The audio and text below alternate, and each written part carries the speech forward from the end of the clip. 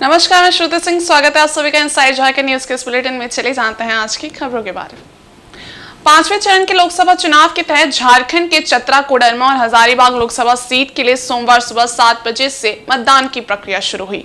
मतदान को सुचारू रूप से संचालित करने एवं विधि व्यवस्था को बनाए रखने के लिए सभी मतदान केंद्रों की वेबकास्टिंग के जरिए लगातार मॉनिटरिंग की जा रही थी। राज्य के मुख्य निर्वाचन पदाधिकारी के रवि कुमार रांची स्थित निर्वाचन सदन से वेबकास्टिंग के माध्यम से सभी मतदान केंद्रों पर पैनी नजर बनाए हुए थे। उन्होंने कहा कि सभी केंद्रों पर वेबकास्टिंग के माध्यम से नजर रखी जा रही है। लोगों में मतदान को लेकर उत्साह देखा जा रहा है। वैसे मतदान केंद्रों पर सुबह से ही मतदाताओं की लंबी लंबी कतारें लगी रही। मतदाताओं में उत्साह देखा गया। उमस भरी गर्मी में भी लाइन लगाकर लोगों ने मतदान किया। मतदान को लेकर महिलाएं खास तौर पर पहुंची थी। किसी ने राष्ट्र की सुरक्षा तो किसी ने विकास के नाम पर वोट करने की बात कही।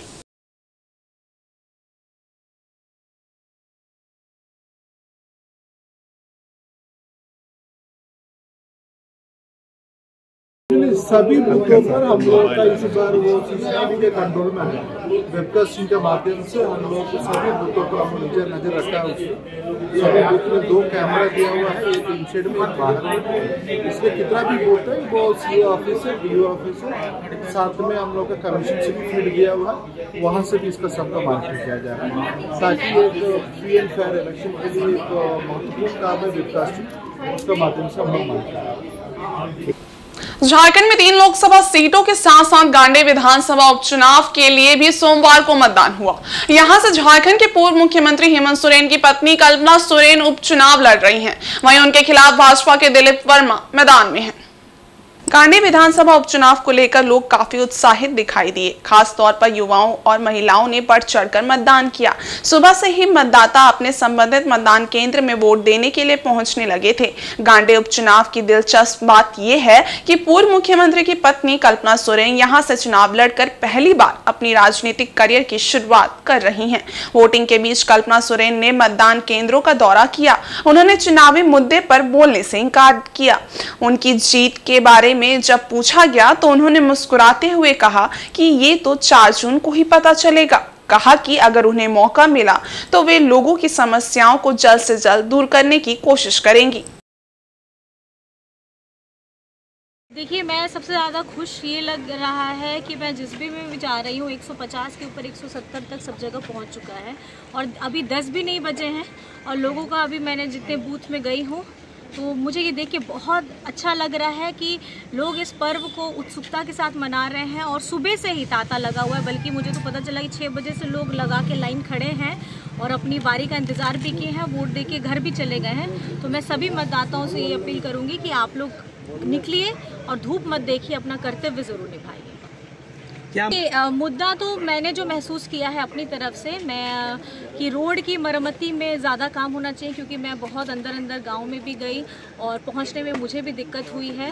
तो मेरा पहला मुद्दा है कि रोड में मैं काम करना चाहूँगी और साथ ही साथ क्योंकि हमारी सिंचाई के लिए, पीने के लिए पानी की जो यहाँ पे तकलीफ़ है वो उसमें मुझे काम करना है। हमारे झारखंड सरकार का जो अभी मेगा लिफ्ट सिंचाई परियोजना चल रहा है उसमें मैं हमारे माननीय मुख्यमंत्री जी से भी बोलूँगी कि थोड़ा तेज़ी गति लाएं, क्योंकि हमारे यहाँ के लोगों को बहुत तकलीफ़ हो रही है। और साथ ही साथ जहाँ मैं जाती हूँ बच्चों के लिए वो हमेशा बोलते हैं कि हमको यहाँ डिग्री कॉलेज चाहिए, क्योंकि यहाँ डिग्री कॉलेज नहीं है। ऐसे हमारी यूनिवर्सिटी भी यहाँ शुरू होने वाली है, लेकिन साथ ही साथ मैंने एक अपना नॉमिनेशन के समय में वादा भी किया है कि मैं खास करके हमारी बच्चियों के लिए एक महिला डिग्री कॉलेज मेरी तरफ से मैं ज़रूर खुलवाना चाहूँगी। और भाजपा के प्रदेश अध्यक्ष बाबूलाल मरांडी ने कोडरमा लोकसभा अंतर्गत तीसरी प्रखंड के अपने पैतृक गांव कोदईबांग स्थित बूथ संख्या 114 में मतदान किया। उनके साथ उनके अनुज नूनू लाल मरांडी भी मतदान करने पहुंचे थे। मतदान करने के बाद बाबूलाल मरांडी ने कहा कि जनता निर्भीक और भयमुक्त होकर अपने मताधिकार का प्रयोग करे। 5 वर्ष में एक बार लोकतंत्र का महापर्व आता है, इसमें बढ़ चढ़कर भाग ले। मतदाताओं को अपना और देश के भविष्य को लिखने के अवसर में उत्साह दिखाना चाहिए। उन्होंने कहा कि एनडीए झारखंड की सभी 14 लोकसभा सीट के साथ साथ गांडे विधानसभा का उपचुनाव भारी मतों से जीतने जा रही है। एनडीए गठबंधन इस बार 400 से ज्यादा लोकसभा सीट जीतेगी। इसमें आश्चर्य की बात नहीं नहीं है। उन्होंने कहा कि पिछले 10 वर्ष के कार्यकाल में पीएम नरेंद्र मोदी ने विकास की नई लकीर खींची है। ये देश की जनता से छिपा नहीं है। 190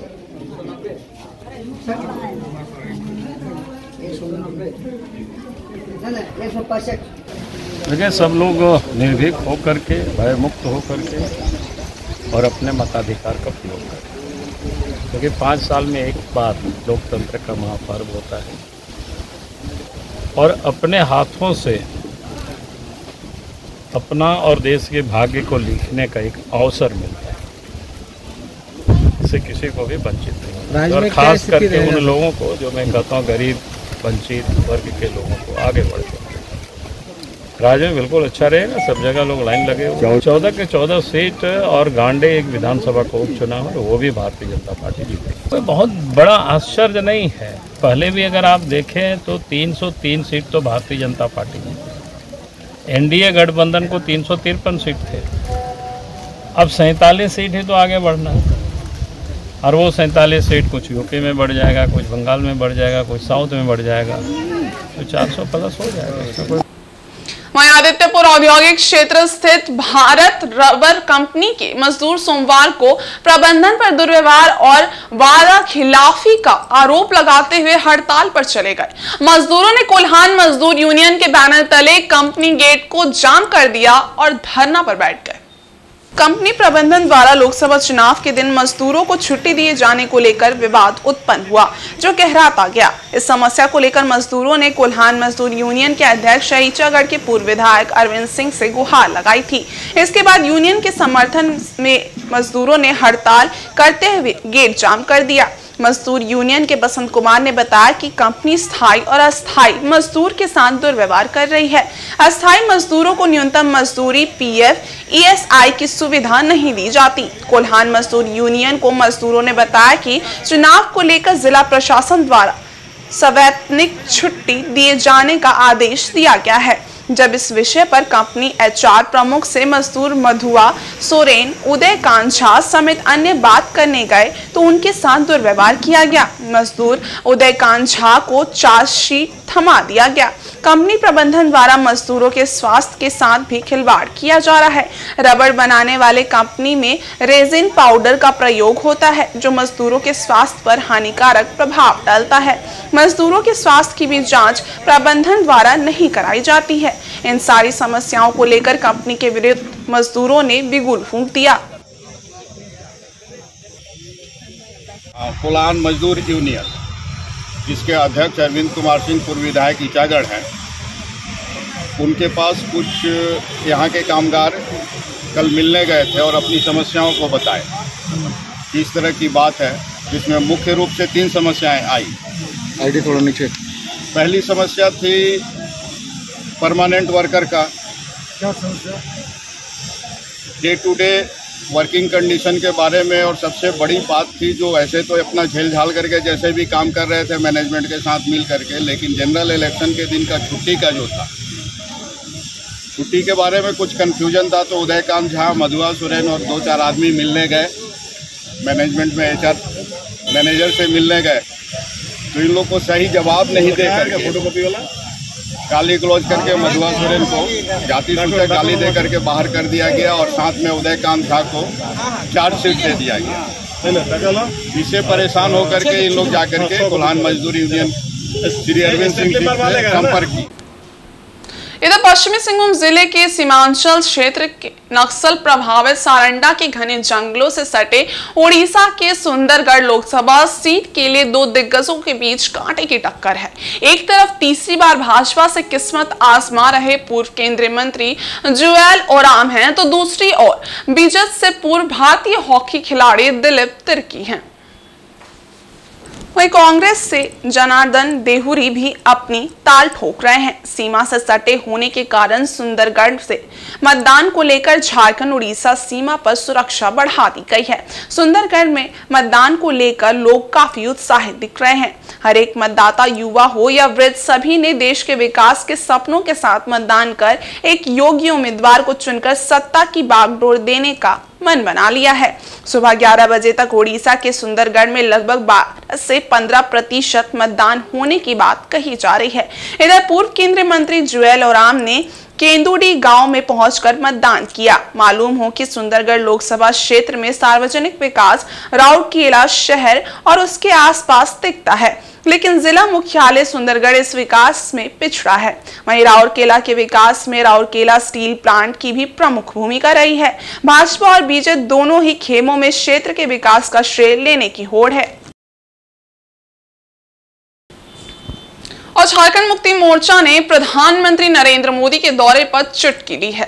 जेएमएम के केंद्रीय प्रवक्ता ने कहा कि पीएम मोदी को बार-बार झारखंड आना चाहिए, इससे इंडिया गठबंधन और मजबूत होगा। वहीं भाजपा के प्रदेश प्रवक्ता कुणाल सारंगी द्वारा पद से इस्तीफा देने पर कहा कि अब कुणाल को समझ आया होगा कि 5 साल में उन्हें कितना सम्मान मिला है।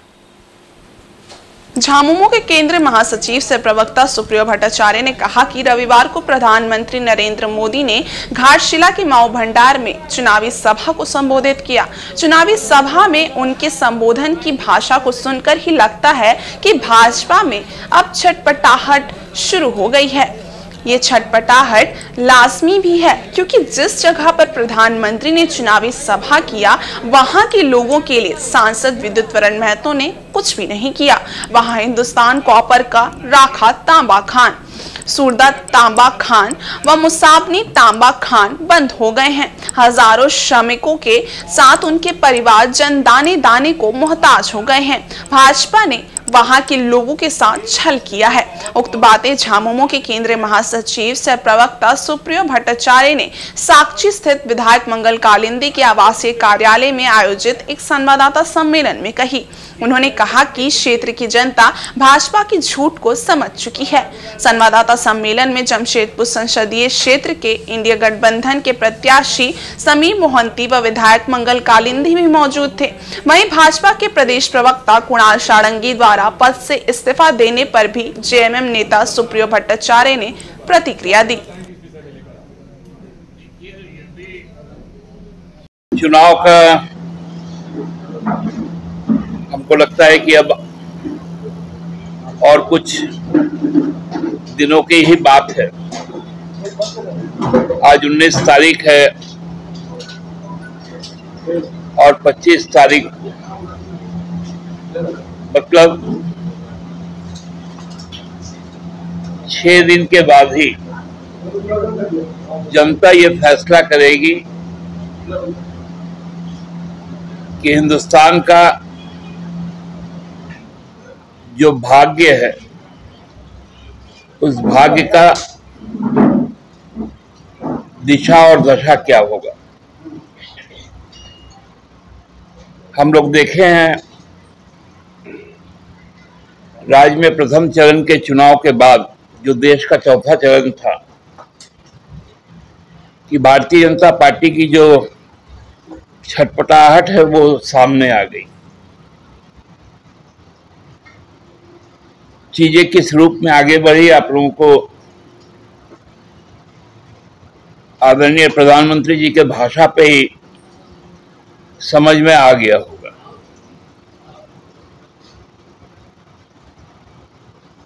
आज भी वो यहाँ पर आए थे।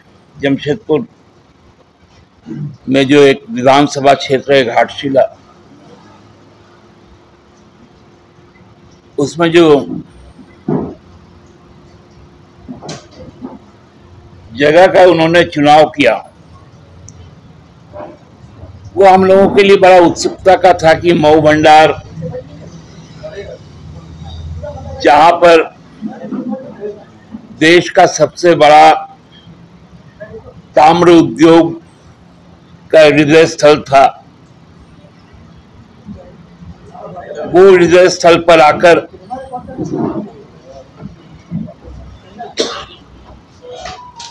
मोदी जी शायद कुछ बोलेंगे, लेकिन जो 10 वर्षों से उन्होंने मऊ भंडार, राखा माइंस, सूरदा माइंस, नर्मदा, मुसाबनी में जो हाहाकार मचाने का काम किया, मुझे मालूम नहीं है कि वो उस संबंध में क्यों नहीं बातें कर पाए। ये सहज समझा जा सकता है कि उनके पास बताने को कुछ नहीं था।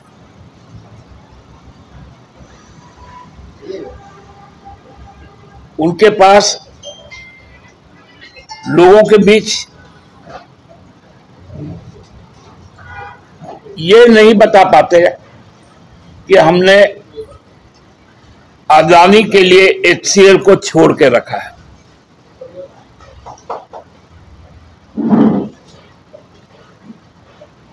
ये उनकी मंशा थी। जमशेदपुर संसदीय सीट पर जीत दर्ज करने के लिए सभी प्रत्याशी अपने अपने स्तर से जनसंपर्क अभियान चलाकर लोगों से अपने पक्ष में वोट देने की अपील कर रहे हैं। इसी क्रम में जुगसलाय विधायक मंगल कालिंदी ने रविवार को इंडिया गठबंधन के प्रत्याशी समीर मोहंती के समर्थन में जनसंपर्क अभियान चलाया। विधायक ने परसुडी के विभिन्न क्षेत्रों में पदयात्रा कर लोगों से समीर मोहंती को वोट देने की अपील की। ये पदयात्रा गोल पहाड़ी से शुरू हुई, जो सितला चौक, चांदनी चौक और सोपो डेरा होते हुए हलुदुबानी पहुंची। यहां विधायक ने झामुमो नेता माणिक मलिक के नेतृत्व में खोले गए चुनावी कार्यालय का फीता काटकर उद्घाटन किया। पदयात्रा के दौरान जगह जगह स्थानीय लोगों ने विधायक मंगल कालिंदी का स्वागत किया। मौके पर जिला परिषद पूर्णिमा मलिक, कांग्रेस नेता आशीष ठाकुर, झामुमो नेता सगेन पूर्ति समेत तमाम इंडिया गठबंधन के महिला और पुरुष कार्यकर्ता उपस्थित थे। इस अवसर पर विधायक ने दावा किया कि भारी अंतर से समीर मोहंती की जीत होगी।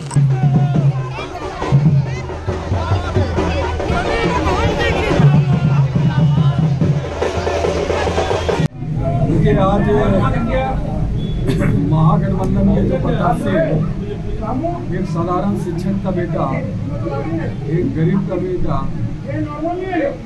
समीर मोहंती जी के पक्ष में आज हजारों की संख्या में माता गायत्री के दरबार से, शीतला गोलपाड़ी माता के दरबार से होते हुए, हम लोग वीर शहीद सिद्धू कानून चौक होते हुए हलदवानी में हमारे छोटे भाई माणिक मलिक के नेतृत्व में ऑफिस का उद्घाटन किया गया है। और निश्चित रूप से पूरा लोकसभा क्षेत्र का बड़े बुजुर्ग, माताएं, बहनें, युवा छात्र छात्राएं, युवा स्टूडेंट, सारे लोगों ने बदलाव का मन बना लिया है और सारे लोगों का आशीर्वाद हमारे गठबंधन के प्रत्याशी समीर मोहंती जी को मिल रहा है। और निश्चित रूप से 25 मई को जमशेदपुर लोकसभा क्षेत्र के हर वर्ग के लोग, हर धर्म के लोग, सारे लोगों का आशीर्वाद समीर मोहंती जी को मिलेगा।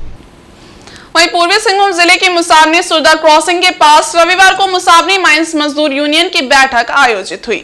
इसकी अध्यक्षता यूनियन के अध्यक्ष अखिलेश्वर सिंह ने की। इसमें इंडिया गठबंधन प्रत्याशी से विधायक समीर मोहंती को समर्थन देने का निर्णय लिया गया। बैठक में जिला अध्यक्ष आनंद बिहारी दुबे उपस्थित थे। माइंस के सेवानिवृत्त कर्मचारियों को संबोधित करते हुए उन्होंने कहा कि माऊ भंडार में प्रधानमंत्री नरेंद्र मोदी ने जनसभा में एक बार फिर घाटशिला का नाम लिया और न ही घाटशिला की मूल समस्या बंद पड़े कारखानों और खदानों के संदर्भ में कुछ भी कहा। इससे स्पष्ट होता है कि मोदी सरकार इस क्षेत्र के उद्योगों को लेकर गंभीर नहीं है और न ही मजदूरों की समस्याओं को लेकर गंभीर है। जबकि जनसभा में प्रधानमंत्री ने देश में उद्योग खोलने को लेकर बड़ी बड़ी बातें कही। उन्होंने कहा कि इंडिया गठबंधन के प्रत्याशी समीर मोहंती को 25 मई को होने वाले मतदान में अपना बहुमूल्य मत देकर भारी मतों से जिताएं। मौके पर यूनियन के महासचिव कालतू चक्रवर्ती, मारिया दास, कांग्रेस नेता लक्ष्मण चंद्र बाग समेत अन्य लोग उपस्थित थे।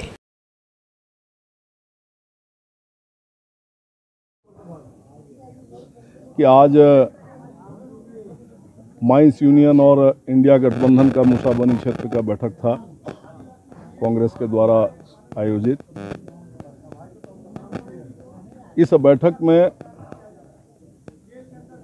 हर व्यक्ति के अंदर इस बात को लेकर के आक्रोश है। मऊ भंडार में माननीय प्रधानमंत्री जी आते हैं, कंपनियां बंद हैं, माइंस बंद है। लोगों के अंदर ये पहले से आक्रोश है कि हमारे सांसद महोदय ने पिछले 10 वर्ष में एक बार भी हम लोगों की आवाज नहीं उठाई है। आज लोगों को उससे बड़ा दुख इस बात का हुआ कि उसी मऊ भंडार में माननीय प्रधानमंत्री जी आते हैं और उनके मुंह से एक शब्द नहीं निकलता। यहां तक कि वो घाटशिला मऊ भंडार मूसाबनी का नाम लेना भी उचित नहीं समझते हैं। यहां भी खड़ा होकर के वो वही सब भाषण जो अलग बलग बोलते हैं वही बोल रहे हैं यहाँ से भी। तो हम तो धन्यवाद देना चाहेंगे प्रधानमंत्री जी को कि जो हम लोग 10 दिन प्रचार में करते वो काम आपने 1 दिन में कर दिया और पूरे इस क्षेत्र के लोगों को आपने बता दिया कि लोगों के प्रति आपके मन में कितनी श्रद्धा है। लोगों के लिए आपने ये दर्शा दिया कि मजदूरों के परिवार के लिए, मजदूरों के लिए, उनके बच्चों के लिए आपके हृदय में कितनी दया है, कितनी करुणा है, आपने स्वयं से प्रदर्शित कर दिया। हमको बताने की बहुत आवश्यकता नहीं है। इस देश के घर घर में कांग्रेस बसा है। आपके कहने से कांग्रेस को कोई नकारेगा नहीं। और आप रात दिन कांग्रेस जप रहे हैं। 10 साल में आपने क्या किया ये बता दीजिए और आने वाले समय में आप क्या करना चाहते हैं, सिर्फ इतना बताइए। आपके लिए इतना काफ़ी है। हम तो बस यही प्रार्थना करेंगे कि आप भगवान आपको सद्बुद्धि दे। इधर जमशेदपुर के गोलमुरी बाजार निवासी राहुल अग्रवाल के घर में सोमवार सुबह अचानक आग लग गई। कमरे से धुआं निकलता देख परिवार के सभी सदस्य आनन फानन में घर से बाहर निकल आए। इसकी सूचना तुरंत ही अग्निशमन विभाग को दी गई, जिसके बाद दमकल मौके पर पहुंची और आग पर काबू पाया गया। झारखंड अग्निशमन विभाग और टाटा मोटर्स की एक दमकल मौके पर पहुंचे और काफी प्रयास के बाद आग को बुझाया। दमकल कर्मियों ने सबसे पहले घर में रखे 3 गैस सिलेंडर को बाहर निकाला। अगर सिलेंडर में आग लगती तो बड़ा हादसा हो सकता था। लगभग 1 घंटे की मशक्कत के बाद आग पर काबू पाया गया। हालांकि इस आग से घर का सारा सामान जलकर खाक हो गया। राहुल ने बताया कि वे घर पर थे, तभी स्विच बोर्ड में स्पार्क के साथ धुआं निकलने लगा। धुआं देख पहले तो बिजली सप्लाई बंद करने की कोशिश की गई, पर धुआं निकलने के थोड़ी देर बाद ही स्विच बोर्ड में आग लग गया। वे परिजन संग घर से बाहर आ गए और अग्निशमन विभाग को फोन किया। घर में रखा फ्रिज, फर्नीचर और दरवाजे पूरी तरह से जल चुके हैं। राहुल के अनुसार 2 मंजिले मकान में ऊपर तल्ले में उनका पूरा परिवार रहता है, जबकि नीचे उनकी हार्डवेयर की दुकान है। आग ऊपरी तल्ले में लगी थी।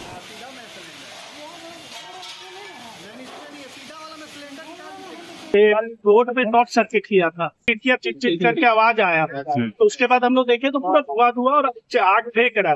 हम लोग सब जल्दी से तुरंत नीचे आ गए और भाग के बुलाया, दमकल वाले लोग को बुलाया और भाई जन लोग को बुलाया। सब आया भाग के और फिर दमकल कर्मचारी ने आग को काबू किया शॉर्ट सर्किट से। क्या चीज में लगा था? रोड में शॉर्ट सर्किट।